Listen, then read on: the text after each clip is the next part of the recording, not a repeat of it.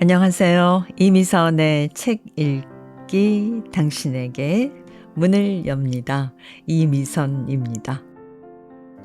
저는 지금 들으신 것처럼 엉겁결에 유튜브를 시작하게 되면서 뭐 좀 귀가 확 열리는 이름이 없을까 생각해 봤지만 아무리 생각해도 이 마음을 울리는 이름이 딱히 떠오르지 않아서 책을 읽는 기쁨 당신에게 줄여서 책 읽기, 이게 평범한 이름으로 문패를 달았습니다.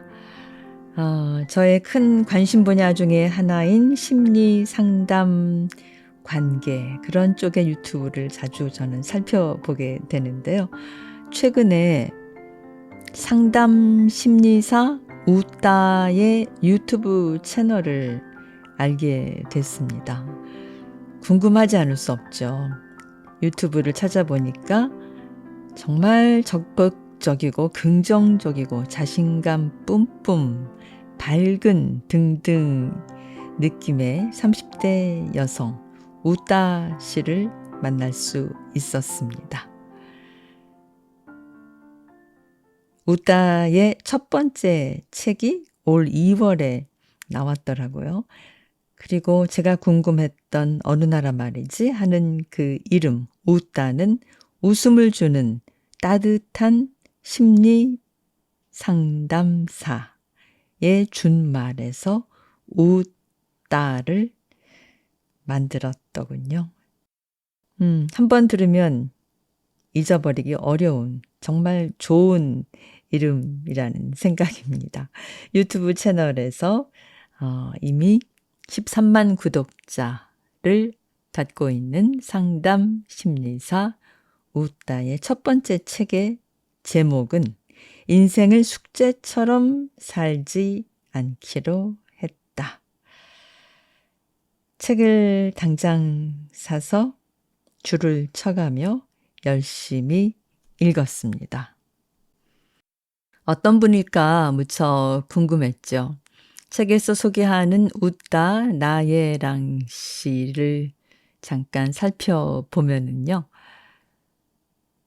마음 건강을 위한 심리학 솔루션을 유쾌하게 전하고 있는 13만 구독자 유튜브 채널 상담 심리사 운영자. 서울신학대학교에서 10여 년간 신학 공부를 한 후 30대 중반의 여성 목사가 됐고 같은 대학의 상담심리학과 석사 졸업 후에 박사과정을 공부하며 상담사로 활동하기 시작했다. 때로는 친구처럼 때로는 스승처럼 건네는 우따의 다정한 마음 처방에는 깊은 울림이 있다. 상담하면서 쌓은 지식뿐만 아니라 오랫동안 자신의 상처를 보듬으며 깨달은 지혜가 담겨있기 때문이다. 누구보다 열심히 살며 앞만 보고 내달리던 어느 날 절친한 친구와의 관계가 틀어진 뒤 가면성 우울을 앓는다. 무려 5번의 자살 시도를 할 만큼 고통스러운 시간을 보내면서도 괜찮은 척 살아간다. 이 책은 긴 터널을 지난 끝에 심리 상담을 받고 지친 마음을 들여다보기까지의 기록이다. 도대체 왜 이토록 삶을 숙제처럼 여겼는지, 무엇이 스스로를 괴롭혔는지 이야기하며 미숙한 나를 끌어안고 살아가는 방법을 안내한다.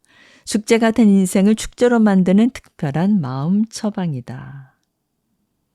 교수출판 다산북수에서 펴냈습니다. 책의 뒷표지에는 이 책을 응원하는 분들의 이야기가 또 짤막하게 담겨 있어요. 나를 미숙하게 만드는 불안, 애정 결핍, 열등감을 사랑하는 법. 힘들어도 사람한테 너무 기대지 마세요. 정신과 전문의 정우열 씨는 사람은 별로 대단하지 않습니다. 그래서 괜찮은 척, 행복한 척 하지 않는 것은 심리적 건강에 아주 중요합니다. 저자는 이를 개인의 경험과 내담자 상담을 통해 이해하고 흥미롭게 이야기합니다. 삶의 무게가 버거운 독자들에게 자기 내면과 친해지는 솔루션을 주는 따뜻한 책입니다. 이 우따 씨의 상담 심리사인 이 신학대학교 상담센터 교수 최지원 선생님은 저자는 사람들에게 웃음을 선물하기 위해 눈물을 감췄고 따뜻한 위로를 건네기 위해 매서운 바람을 견뎠습니다.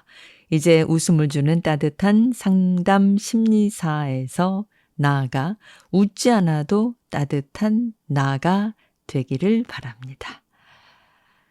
끝으로 김포아라 심리상담센터 대표를 맡고 있는 김선영 씨의 지원하는 말입니다.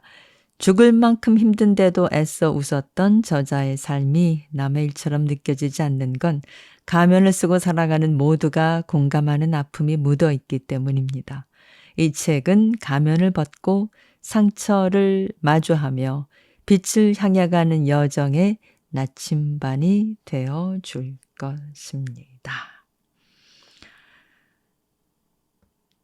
이제 그러면 인생을 숙제처럼 살지 않기로 했다. 저자 나예랑, 출판사 다산북스의 이야기 속으로 들어가 보겠습니다. 풍파를 겪어도 햇살에 빛나는 꽃길.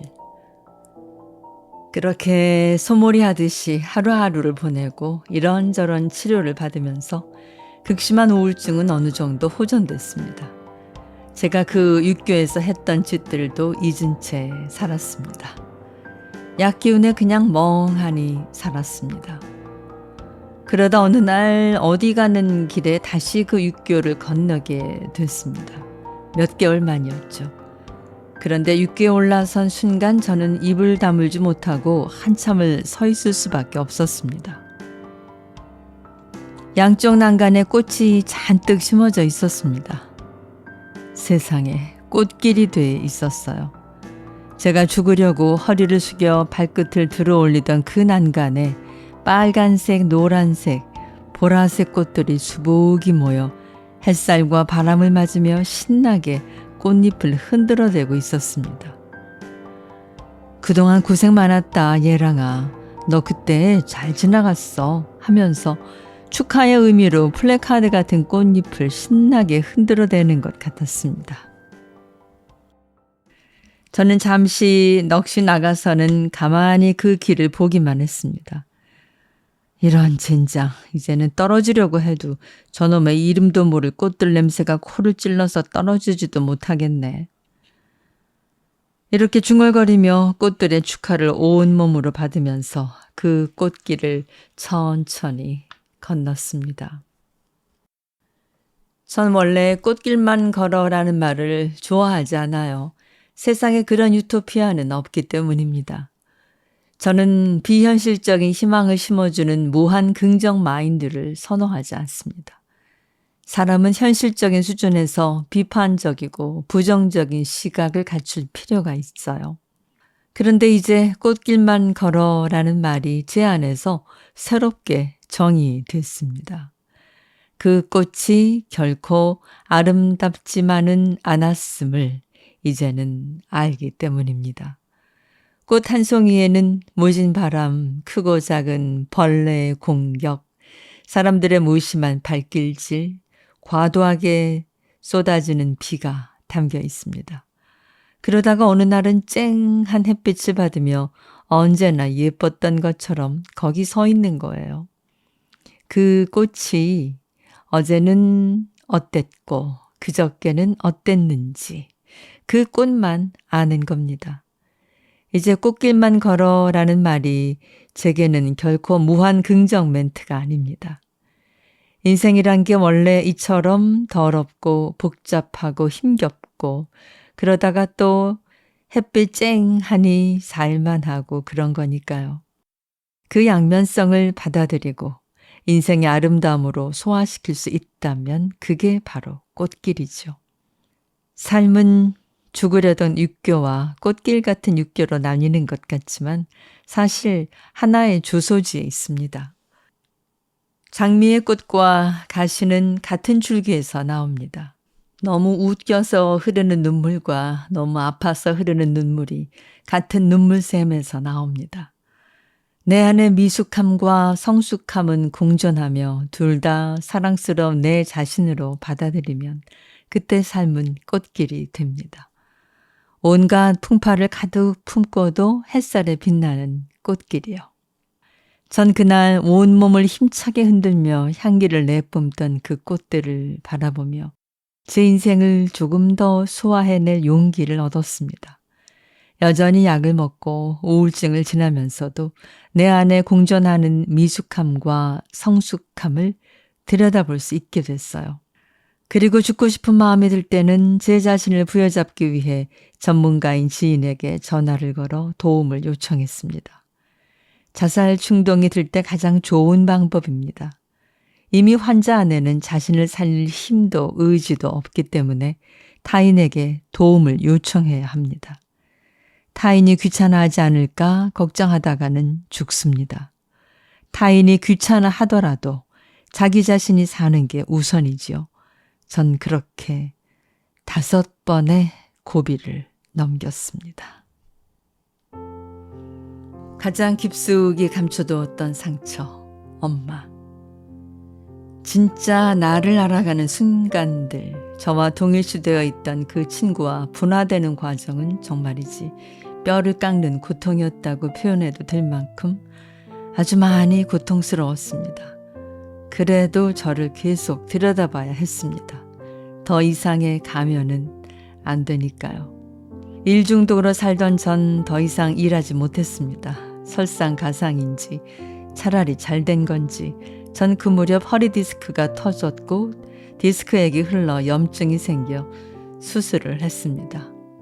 그렇게 병원에 실려가 소변줄을 차고 밥을 누워서 먹고 그러다 토하면서 허리가 너무 아파 또 소리를 지르고 그 모든 순간이 얼마나 끔찍하게 고통스러웠는지 모릅니다. 그런데 그 과정에서 서서히 제 자신을 다 놓게 되는 거예요. 제가 부여잡고 살아왔던 그 모든 일, 학업, 목표, 성과, 사람, 관계. 몸과 마음이 이 지경이 되니 모든 게 참 부질없더라고요. 나를 아프게 했던 엄마에게. 전 허리 수술 후 친정집에서 회복 기간을 보냈습니다. 엄마가 해주는 밥을 먹으며 아빠가 청소해주는 집에서 2개월 정도를 살았습니다. 마음이 편치는 않았습니다. 제 집에 돌아가고 싶은데 몸뚱이가 말을 듣지 않으니 별 수 있나요? 친정에 있어야죠. 어느 딸이나 다 그렇겠지만 저도 엄마에게 말하지 못하는 속내가 참 많은 사람이었습니다. 제가 달리 애정결핍이 아니겠지요. 이전에는 엄마에게 절대로 속마음을 말할 수 없다고 생각했는데 어느 정도 가면이 벗어지니 말하려면 할 수도 있겠더라고요. 그래서 엄마랑 꼼짝없이 한 집에 사는 동안 과거 이야기가 나올 때면 자연스럽게 속내를 조금씩 얘기했습니다. 엄마가 나에게 어떻게 했고 그때 난 무엇을 느꼈는지를요.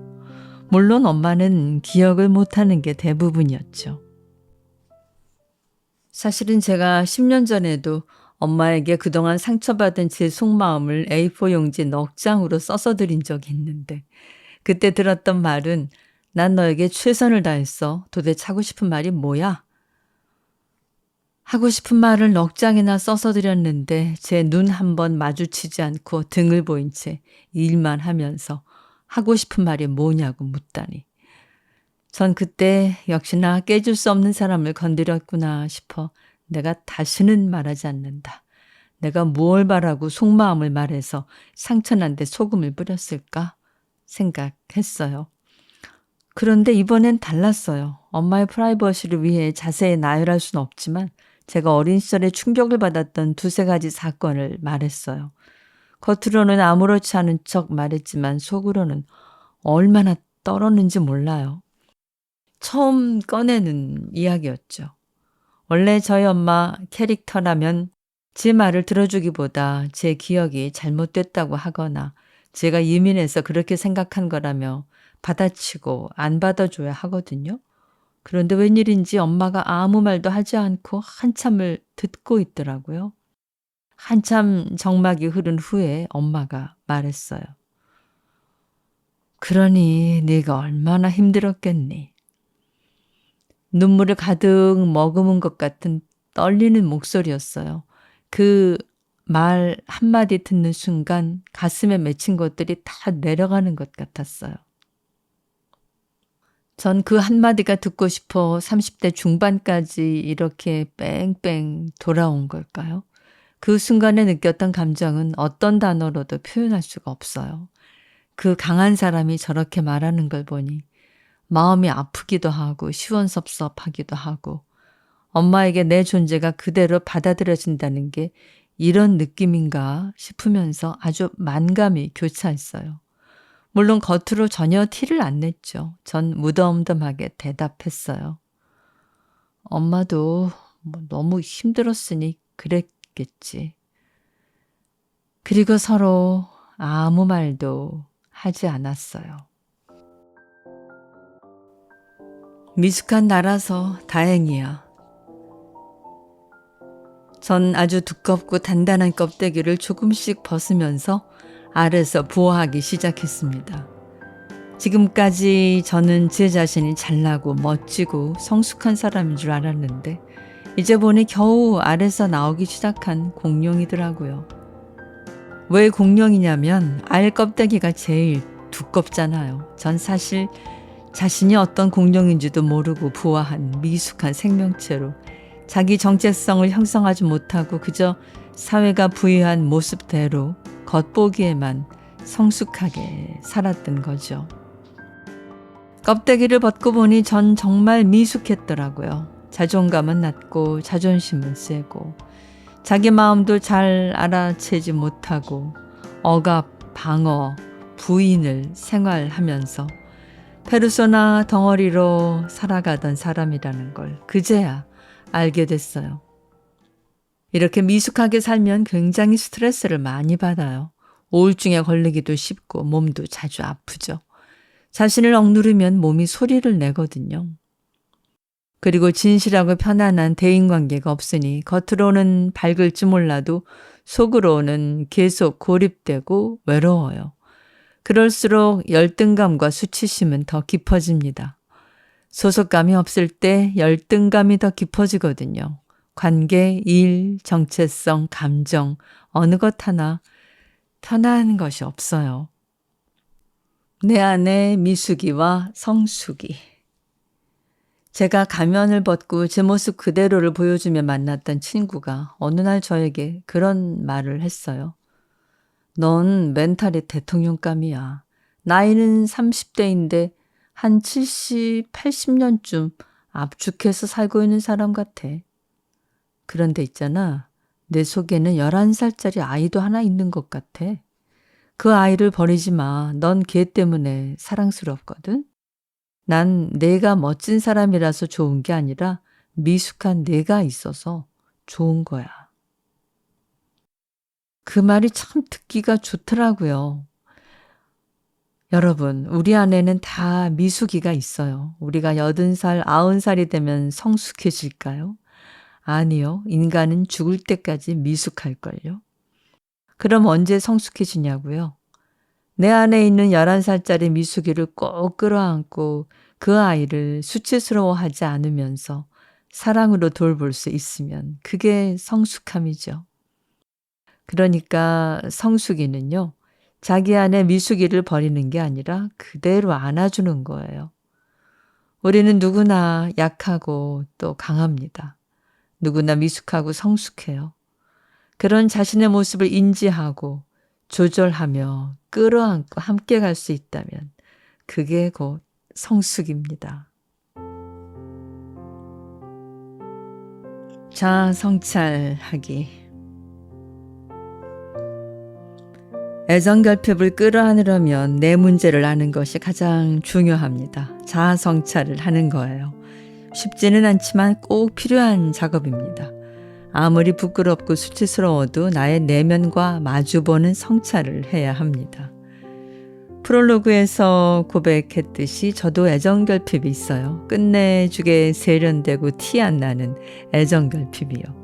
그래서 전 애정결핍의 심정을 너무나 잘 이해하고 이러한 증상을 가진 사람들을 보면 마음이 아픕니다. 애정결핍에 관한 전공 서적을 다 읽었던 그날 전 30분가량 카페에서 펑펑 울었어요. 덕분에 제 문제의 실마리가 풀렸지만 그런 나를 마주하기는 괴로웠으니까요.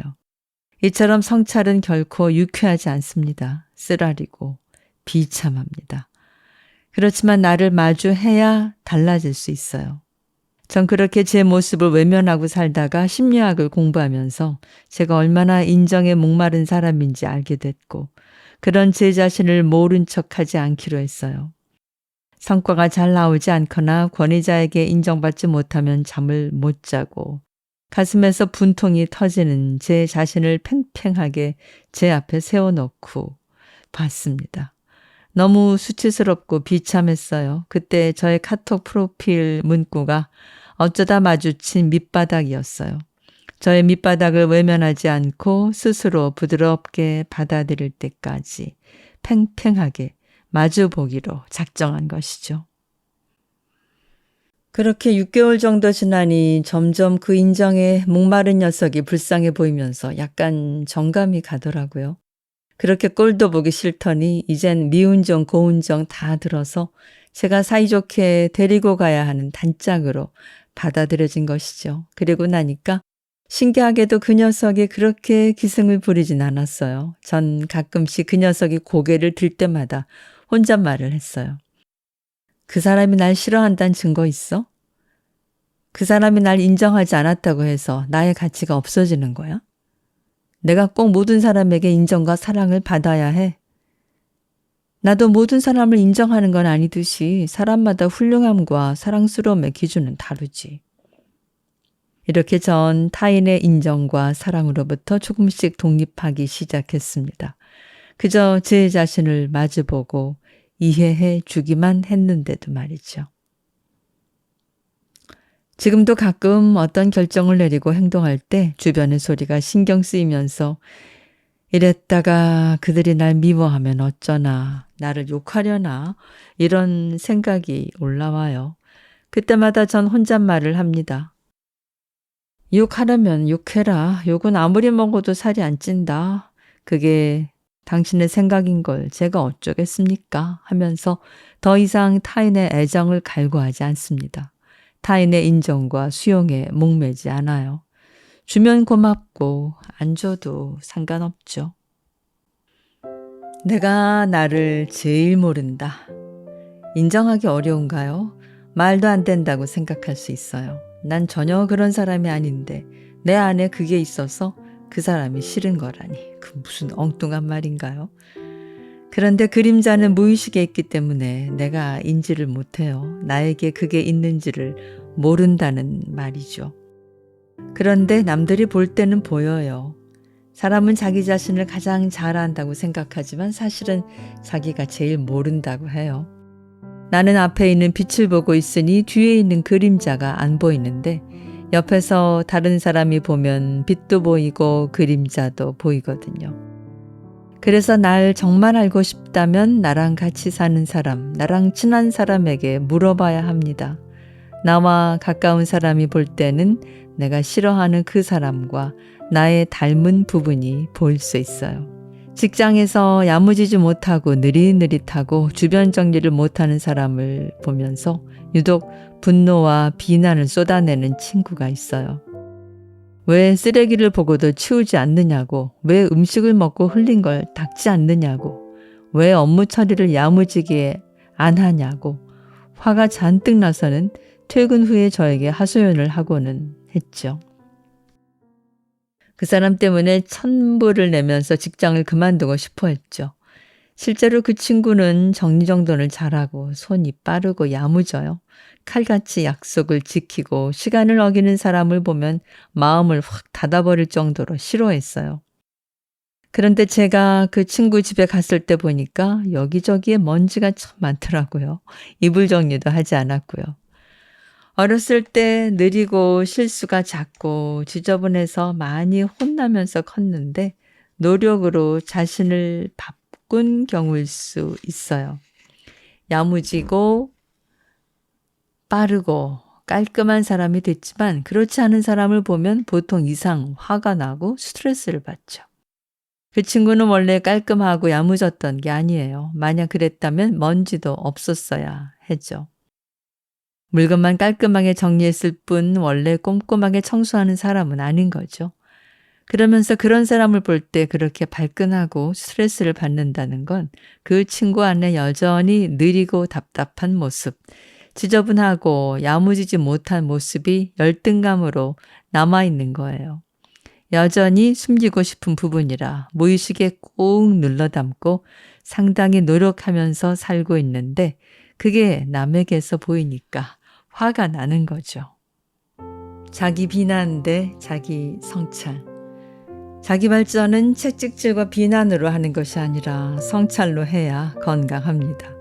예를 들어볼게요. 업무 처리를 하다가 똑같은 실수를 했을 때 우리는 흔히 이런 말들을 합니다. 아휴, 내가 그럼 그렇지. 하는 것마다 그렇지. 진짜 바보 등신이구나.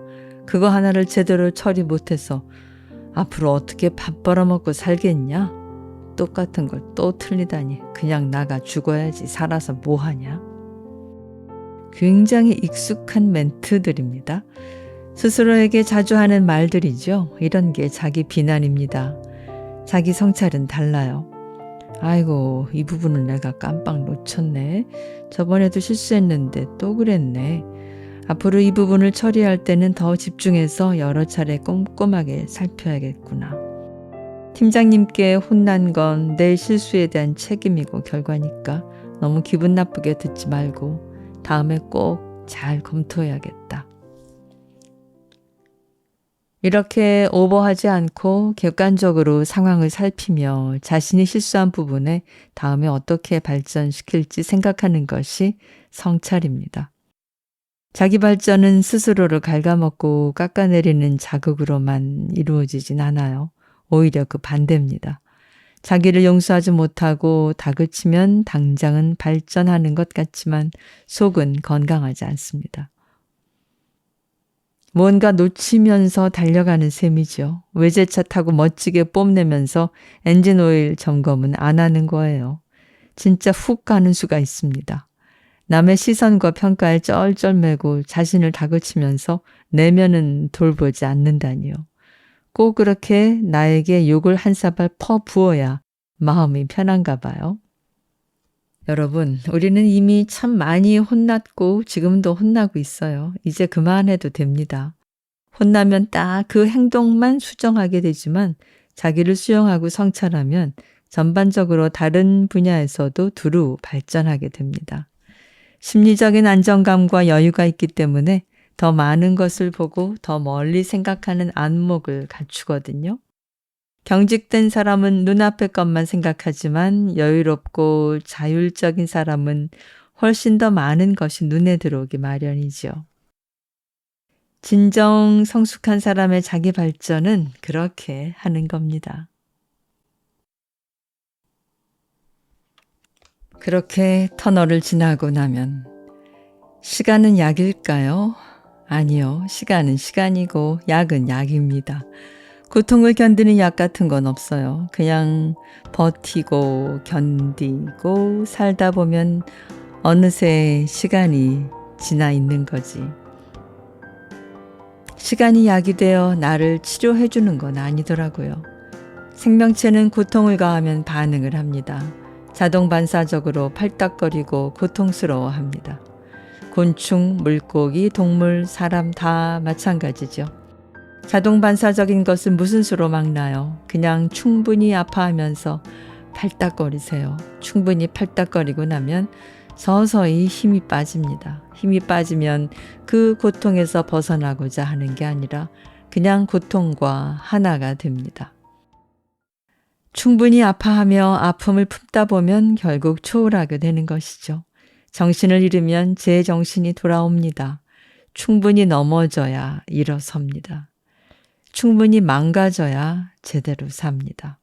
고통과 행복은 반대가 아니라 친구고 짝꿍이에요. 태양 옆에 구름이 있고 구름 옆에 태양이 있습니다. 고통 옆에 행복이 있고 행복 옆에 고통이 있어요. 슬픔 옆에 기쁨이 있고 기쁨 옆에 슬픔이 있습니다. 좌절 옆에 성공이 있고 성공 옆에 좌절이 있습니다. 사랑 옆에 분노가 있고 분노 옆에 사랑이 있습니다. 아주 먼 것 같지만 바로 옆에 있습니다. 우린 그 모든 것을 왔다 갔다 하며 이렇게 저렇게 어우르며 살아갑니다. 기쁠 수만 없고 잘 될 수만 없어요. 짝꿍을 외면하지 말고 거부하지 말고 그냥 받아주세요. 그래야 덜 고통스럽습니다. 충분히 팔딱거리고 힘이 빠지면 그때 비로소 옆에서 기다리고 있던 다음 짝꿍에게로 넘어가요. 아픈 것도 기회인데 이 기회에 충분히 아프자고요. 아픈 나의 가슴을 지금 나의 따뜻한 손길로 한번 쓸어내려 주세요. 날 달래주세요. 성장통이 좀 과해서 고생이 많았노라고 격려하며 안아주세요.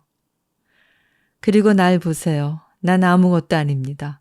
난 아플 수 있고 좌절할 수 있는 우주의 한 일원일 뿐이죠. 그리고 다른 사람을 보세요. 그들도 그렇게 힘든 시간을 거치면서 살아가고 있어요.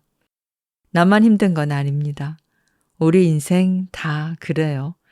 그리고 하늘을 보세요. 나보다 더 큰 세상이 있죠.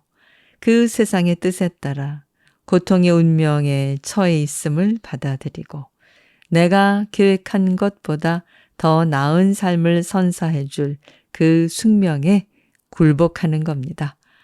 그렇게 터널을 천천히 지나고 나면 여러분은 굉장히 단단하고 큰 사람이 되어 있을 겁니다. 아직도 다 지나지 못한 저와 함께 말이지요. 에필로그, 울기도 하고 웃기도 하며 행복하기를. 저와 함께한 내면 여행 어떠셨나요? 저는 참 즐거웠습니다. 우울증으로 아무 의욕도 없고 재밌는 게 아무것도 없을 때 이 원고 쓰는 일이 유일하게 재밌는 일이었어요. 그 어떤 압박이나 부담도 없이 혼자 수다를 떨듯이 그야말로 즐겼습니다. 혼자 울기도 하고 웃기도 하면서요. 저에게 이 작업은 글쓰기 치료 같은 것이었나 봐요. 처음 원고를 쓸 때만 해도 전 아픈 사람이었는데 마지막으로 에필로그를 쓰는 지금은 깊은 사람이 됐네요. 자기가 자기한테 깊다는 말을 이렇게 아무렇지 않게 쓰는 것도 독보적인 저의 캐릭터입니다. 적응하셨죠? 이제 약도 끊었고 울며 잠들지도 않습니다. 그렇다고 눈에 띄게 행복하거나 좋아 죽겠는 것도 아니죠. 지금이 딱 좋습니다. 과도한 희망은 위험하니까요. 저에게 5개의 직업이 있다고 했는데 하나가 더 추가됐네요. 작가. 제 자신에게 축하를 보냅니다. 그리고 제가 책 내기만을 기다려주신 저의 찐 팬들과 구독자분께 감사드립니다. 제가 가면을 벗었을 때 그대로 수용해준 남편과 저를 믿어준 아빠와 저와 함께 울어준 엄마, 그리고 죽어야 할 이유가 100개가 넘어도 살아야 하는 단 하나의 이유가 되어준 아들들에게 고맙습니다. 그리고 계속 출판사들의 출간 요청을 거절해왔던 저에게 이제 책을 써도 되지 않겠느냐고 제안해 주셨던 최지원 교수님께 감사드립니다. 제 2의 저자인가 싶을 만큼 책에 많이 등장하셨는데 관계에 미숙했던 제가 성숙해지는 과정을 보여드리느라 실제 사례를 넣다 보니 자주 나오게 되셨네요. 독자 여러분이 이 책을 보면서 나도 이렇게 진실하게 소통하는 관계를 맺고 싶다. 그렇게 생각하시기를 바라면서 누구라도 그렇게 할 수 있다는 것을 모델링으로 보여드리고 싶었습니다. 그리고 제 우울증의 축발 요인이었던 그 친구의 이야기를 안 할 수가 없네요. 저는 그 친구가 이 책을 읽게 된다면 저를 병들게 하고 죽음으로 몰아넣었다는 죄책감은 갖지 않기를 바랍니다. 지금 제가 이렇게 잘 살고 있으니까요. 심지어 당당하고 편안하기까지 하니까요. 그때 아팠던 덕분에 저는 가면을 벗은 거예요. 그래도 고맙다는 말은 안 하고 싶네요. 아직도 생각하면 엄청 아프거든요. 뒤끝 장렬인가요? 그냥 그렇게 사는 거예요. 사랑도 하고 미워도 하고 울기도 하고 웃기도 하고 고마워하기도 하고 원망도 하면서요. 제가 책을 완성하고 우울증이 나았다고 해서 그 친구를 생각했을 때 아무렇지 않아야 하나요? 그건 아직도 성장을 덜 한 걸 거예요. 삶의 양면성과 나의 양면성, 즉 미숙함과 성숙함을 통합하고 눈물과 웃음을 통합해서 함께 어우러져 살아가는 게 성장이죠. 고생 끝, 행복 시작. 이렇게 이분법적인 사고를 버리고 고생 중에도 행복이 있고 행복하더라도 아픔은 있지 하는 통합적 사고를 하자는 게 이 책에서 말하고자 하는 핵심 주제입니다. 통합한다면 나를 타인에게 있는 그대로 내비쳐도 수치심 없이 자연스럽고 오히려 더 매력적으로 보입니다. 고통과 행복을 그대로 수용하기 때문에 유쾌하지만 묵직한 사람이 될 거예요. 인생을 숙제처럼 살지 않기를, 파도 타듯이 살기를 응원합니다. 웃음을 주는 따뜻한 상담 심리사, 줄여서 웃다. 나예랑이 쓴 인생을 숙제처럼 살지 않기로 했다. 발췌해서 읽어드렸습니다. 우리 각자의 자리에서 자기 성찰 또는 애정결핍, 인정 욕구, 어디에 나를 대입시킬 수 있을지 여러분이 꼭 그 지점을 만나보시기를 바랍니다. 앞에서도 얘기를 했지만 맨 처음 웃다? 어느 나라 언어인가? 하다가 유튜브 상담심리사 웃다를 만났죠. 본인의 얘기처럼 정말 에너지 넘치고 밝고 자신감 있어 보이고 이런 웃다의 지금까지의 이야기를 함께 들으시면서 어떠셨는지요? 무척 궁금합니다. 그럼 저희는 또 좋은 책을 찾아서 다음 시간에 찾아뵙겠습니다. 좋아요와 구독 잊지 마시고요. 지금까지 함께 해주셔서 고맙습니다.